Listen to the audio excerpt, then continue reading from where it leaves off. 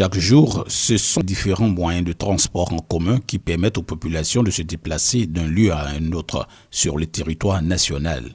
À Abidjan, les moyens de transport en commun les plus utilisés sont les minicars, appelés communément Baka, les taxis communaux et les taxis banalisés, appelés aussi Woro.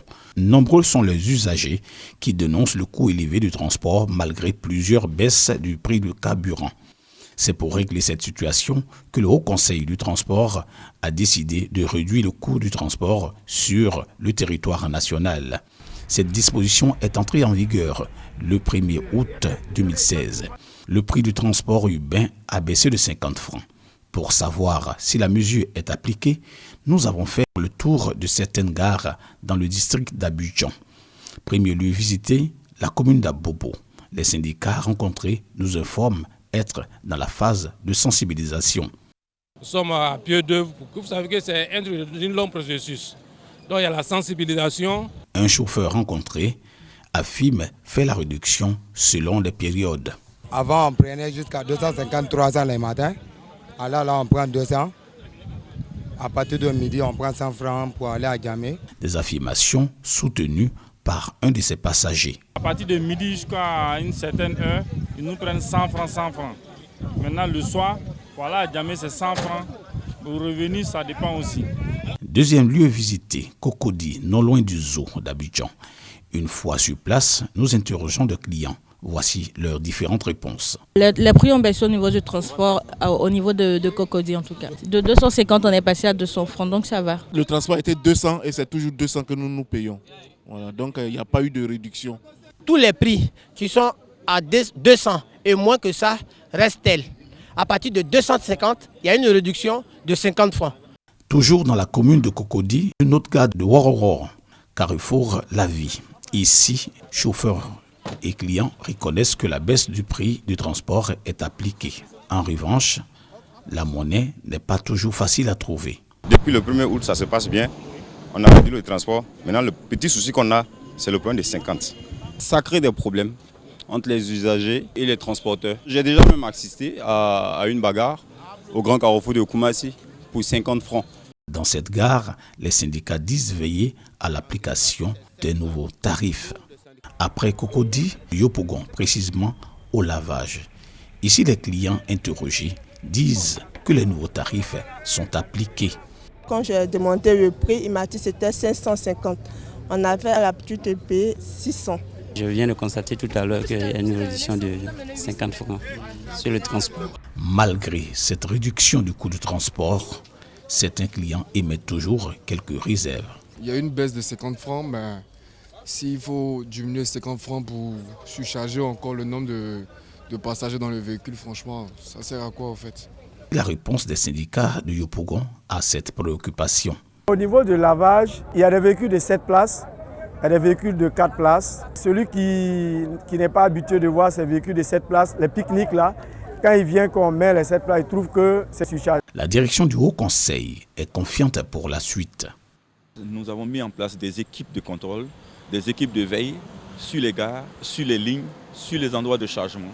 Et nous sommes aujourd'hui en train de faire une évaluation qui démontre que la quasi-totalité des acteurs sont engagés à mettre en route ce réajustement. Espérons que ces nouveaux tarifs soient appliqués sur toute l'étendue du territoire ivoirien, car la réduction du coût du transport profite toujours aux populations et s'attaque à la cherté de la vie. L'Union économique et monétaire ouest-africaine, UEMOA, passe à la vitesse supérieure en ce qui concerne la sanction des surcharges des véhicules poids lourds. Pour chaque tonne supplémentaire, les transporteurs nationaux paieront désormais 20 000 francs CFA contre 4 000 actuellement. Quant aux non-nationaux, la facture s'élève à 60 000 francs, au lieu de 11 000 francs CFA auparavant. La Confédération des syndicats des conducteurs routiers de l'Afrique de l'Ouest, CSCRAO, ne veut pas se laisser surprendre par cette mesure. Elle engage donc une campagne de sensibilisation. Lui et moi, à finir tous ces problèmes aujourd'hui, c'est que tu dois trouver en Côte d'Ivoire ici. Tu trouves la même chose au Mali, au Burkina, au Niger, au Ghana, à peu près comme au pays de l'Afrique de l'Ouest. C'est important aujourd'hui. C'est cette information qu'on est venu donner à nos camarades chauffeurs. pour ne pas qu'ils soient étrangers dans cette affaire. Tout le monde est informé, mais la sensibilisation, ça continue. La route, si c'est arrangé, c'est bon pour le camion, et c'est bon pour nous les chauffeurs, et c'est moins fatigant. Si on paye cet argent, le surcharge de tonnage pour arranger la route, c'est tout à fait normal. Les nouvelles amendes tirent leur source du règlement 14 de l'Union économique et monétaire ouest-africaine. À l'origine, la lutte contre la dégradation des routes du fait du non-respect des poids des camions. L'application des nouvelles amendes entre en vigueur à compter du 1er octobre prochain. Des produits à base de plantes pour lutter contre le diabète, l'hypertension, les lésions cutanées et les douleurs musculaires. Au nombre de 5, ces produits ont eu l'autorisation de mise sur le marché. Dans le cadre de la collaboration entre la médecine traditionnelle et la médecine moderne, ces médicaments traditionnels sont vendus en pharmacie. 80% des médicaments qui sont dans les rayons des pharmacies sont d'origine végétale. Durant 10 ans, nous avons effectué des tests d'innocuité, des tests de stabilité et des tests d'efficacité. Donc ce sont les résultats que nous avons présentés à l'État de Côte d'Ivoire. Une avancée notable pour la Fédération des tradipraticiens de Côte d'Ivoire. Ces acteurs de la médecine traditionnelle exposent à l'occasion de la journée africaine de la médecine traditionnelle. Nous avons aujourd'hui 5 médicaments homologués et 29 médicaments qui ont été analysés. Ces 29 médicaments tendent à avoir vraiment leur autorisation de mise sur le marché. Donc vraiment c'est un pari gagné pour la médecine traditionnelle de Côte d'Ivoire. Occasion toute trouvée pour sensibiliser les praticiens sur la loi qui régit la médecine traditionnelle en Côte d'Ivoire.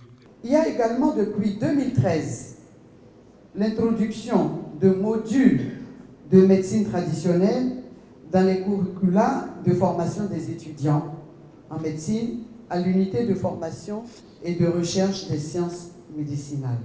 La journée africaine de la médecine traditionnelle a été marquée par la visite de stands. Des diplômes d'excellence ont également été remis aux tradipraticiens qui respectent les bonnes pratiques de fabrication. Sobre et brève, la cérémonie de dédicace de l'épopée du football ivoirien de José Ricardo Zama s'est déroulée à la salle San Pedro de l'Hôtel Ivoire. Un livre fort qui retrace les grandes preuves du football ivoirien. Le sacre des éléphants pour la première fois de leur histoire en Coupe d'Afrique des Nations en 1992 à Dakar. L'historique qualification pour la première fois à la Coupe du Monde en 2006 sont relatés avec détail. Les grands clubs ivoiriens comme le Stade d'Abidjan, le Stella Club d'Adjamé, l'Africa Sport et la SEC Mimosa ne sont pas oubliés. La belle époque des académiciens de la SEC Mimosa avec Jean-Marc Guiou est racontée avec un volet lyrique. Après près de 20 années d'exercice de ce métier, nous avons constaté qu'il y avait un vide, que nous n'avions pas de repères, alors que nous avions des équipes qui ont une histoire. Comment le savoir si rien n'est fait? Et donc, cela nous a interpellés. Nous y avions vu une sorte de sacerdoce. Et donc, il fallait véritablement faire cet ouvrage-là pour permettre aux jeunes générations d'avoir des appuis, d'avoir un recul pour parler de tel ou tel club. Une belle initiative qui ouvre la voie à d'autres publications sur le sport ivoirien. L'épopée du football ivoirien est un cours d'histoire de notre football.